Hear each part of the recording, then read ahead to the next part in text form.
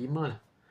Okey, jadi kita buat apa? Selesaikan bawah dulu. Dapatlah 2K kuasa 3 dengan, okey, jadi K kuasa 5 darab jadi tambah dengan negatif 4.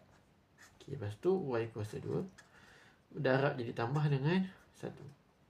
Okey, lepas tu dapatlah 2K kuasa 3 dengan K3 tambah tolak 4. Jadi tambah tolak boleh tukar jadi tolak. 3 tolak 4 dapat negatif 1. 2Y, 2 tambah 1 dapat 3. Okey, betul, selesaikan atas bawah dulu lah. Iaitu 2, selesaikan nombor dulu. 2 bahagi dengan 1 dapat 2.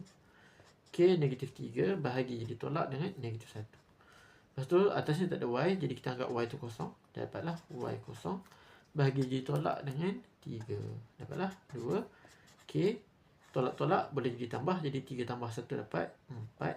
Y kosong tolak 3 dapat negatif 3. Okey, settle. Okey, contoh yang lain. Okey, contoh lain. Okay, katalah 4